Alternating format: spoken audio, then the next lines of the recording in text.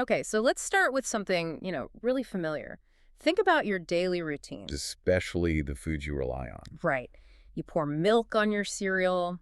Maybe it's Cheerios. Maybe it's Special K. Or you grab a quick lunch, a chicken sandwich, maybe a burger. Later, you might have a protein bar or, a little chocolate treat.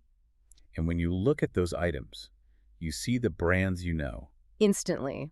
General Mills, McDonald's, Hershey's. These are the companies that advertise to you, the ones with their names all over the package. But here's the thing, and it's this huge invisible gap in the whole global food chain. Mm-hmm. Those big recognizable names, the ones spending billions to get you to buy their product, they don't grow the corn. They don't process the soy. And they're certainly not milling the cocoa beans. They're sort of the beautiful facade on a giant building. In this deep dive, it's about the architect of that building, the foundation, the silent giant standing right in the middle. The one between the farmer's field and the grocery store shelf. Yeah. We are diving deep into Cargill. And we're going to start with a metric that is, well, it's just staggering. It really sets the scale. It really does. How does one single private company control 25% of all U.S. grain exports? And on top of that, supply key ingredients to basically every major food company on the planet. All while staying completely invisible to the average person. Well, it's an incredible feat of operations built on infrastructure, not on branding. Right. When you look at the source material, the main takeaway is that Cargill doesn't just sell you food. They are the infrastructure of food. The rail lines, the storage, the processing plants. The global shipping fleet, all of it. So that's our mission for this deep dive, to uncover the system builder, not just the brand. If you want to know who really holds power in global nutrition, you have to look past the label. Absolutely. Okay, so let's unpack this silent architect. How did they build this empire? We should probably start with their core identity. Right. So when you peel back the layers, Cargill's specialty isn't the sexy consumer-facing stuff. Their business is the really complex, capital-heavy world of trading, processing, and distributing agricultural commodities. We're talking corn, soy, wheat. Oil seeds, you name it. Yeah. They are that essential, unseen link that connects a field in, say, Brazil to a factory in Ohio. And what's so fascinating is that this isn't some new tech boom business model. Not at all. This is a foundational 19th century business that just mastered strategic leverage. Precisely. To get their scale today, you have to go back in time. Wait. The whole thing started very, very modestly in 1865. The founder, William Wallace Cargill, he started with just one thing. A single grain warehouse. A single grain warehouse in Conover, Iowa, right as the railroads were expanding. He was just storing grain for local farmers. Just keeping it dry, ready to ship. But the real aha moment, the turning point that put them on this path, it wasn't a new farming tool. No, it was an information play. Surprisingly. Absolutely. This is the BizCraft move we saw in the sources, and it happened in 1923. Cargill bought a company. A company called Taylor and Burnett Co. Right. And on paper, it looked like, just another corporate buyout. Another grain trader. Doesn't sound like a game changer. But the value wasn't in their books. Yeah. It was in the assets. It was the technology that came with it. What kind of technology are we talking about in 1923? That acquisition gave Cargill its own private wire communication system. A private telegraph network. Exactly. You have to remember the era. Information moved at a snail's pace. Public telegraphs were slow. They were overloaded. So if you were a trader, you were getting your news like a crop failure in Kansas at basically the same time as all your competitors. But Cargill's private wire meant they could send critical market, data crop yields, weather, shipping movements, price changes, faster than anyone. We're talking an advantage of hours, maybe even just minutes. And in that world, minutes were everything. So they didn't just know where the grain was, they knew where it needed to go and what it was worth before almost anyone else. They leveraged data speed into a market advantage, which then let them build up their physical advantage. It's an incredible early lesson in how information dominance becomes real-world, physical dominance. They built their power not just on having the biggest warehouses, but on having the best, fastest internal data. That let them put their barges, their rail cars, their storage in exactly the right place at the right time. To maximize profit and efficiency, yes. It's just amazing to think that their power today was built on data speed almost a century ago. It really is. So now that we have the roots, let's zoom out. Let's look at the sheer scale of the machine they built, because the numbers are, they're truly astonishing. The first thing you notice is their structure. They are the largest privately held company in the U.S. by revenue. And that's not just a footnote. Being private it's foundational to their whole strategy. We'll circle back to that. Oh, absolutely. But okay, globally, they operate in 70 countries. But their control here in the U.S. over exports, that's the number that's hard to grasp. We said it before, but it's worth repeating. 25%. 1/4 of all grain leaving the United States passes through Cargill's hands. That is an immense amount of control over the nation's food exports. They are the gateway for U.S. crops to the world. But then you connect that to the global picture, and it gets even more breathtaking. Let's talk about that relatable metric from the sources, the one that really brings it home. Right. So the sources make it clear.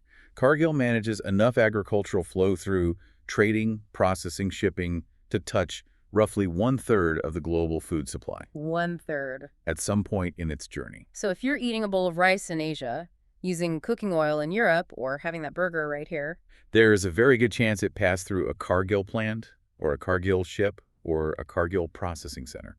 it redefines what ubiquitous even means. And it's not just widespread, it's deep. They're strategically involved in critical international markets. Like India. Take India. It's a massive country with, very complex food security issues. Of course. In India, Cargill is the second largest buyer of food grains. Second only to... Ooh. Second only to the Indian government itself. Think about the market access and influence that gives you. They're operating at a level that directly impacts national food security.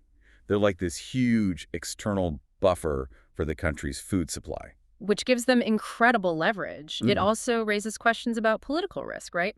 If you control that much of the flow, you have enormous power over prices and stability. That's the tightrope they walk.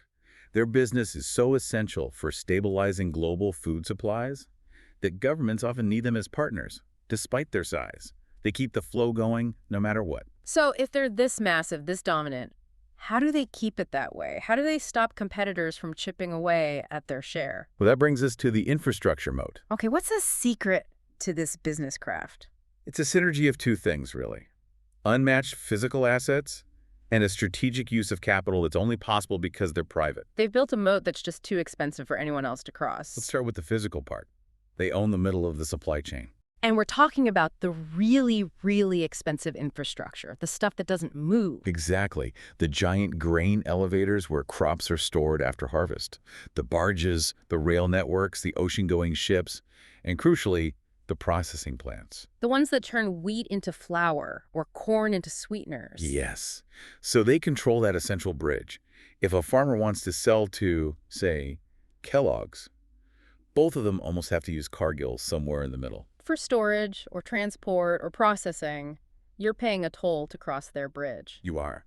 And by owning all that, they've created this huge barrier to entry. You can't just wake up tomorrow and decide to compete with Cargill. You'd need billions of dollars and decades of planning. They're so embedded, their infrastructure is basically a fixed cost for the entire industry. But the other part you mentioned, the part that makes that moat even stronger over time. The power of being private. Why is that so critical for them? This is maybe the most important lesson here for anyone looking at long-term business strategy.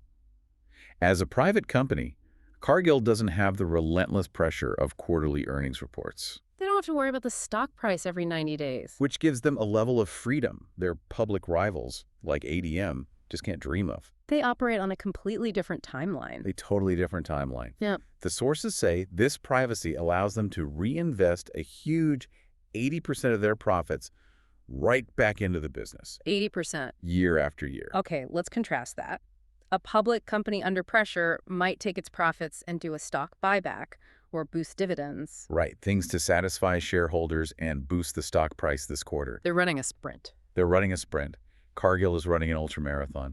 They can take that 80% and say, we're going to spend $500 million on a new port in Vietnam. It won't pay off for 15 years. But when it does, it will lock down our position there for the next 50. That kind of patience just completely changes the game. That reinvestment capacity, that long-term view, that's what makes the physical moat deeper and wider every single year. And it also explains how they make money, how they have this pricing power, even when the world is, uncertain. Right. And it raises a good question. In a volatile market, when soybean prices can crash one month and surge the next, how do they guarantee such stable earnings? They don't actually need the price of the commodity to be high, do they? Not at all. It's about the movement, the logistics, the arbitrage. Okay, so can you just walk us through a quick example of that? How does the arbitrage work for them? Sure. Let's imagine there's a drought, and the price of corn in the Philippines suddenly jumps to $7 a bushel. Okay.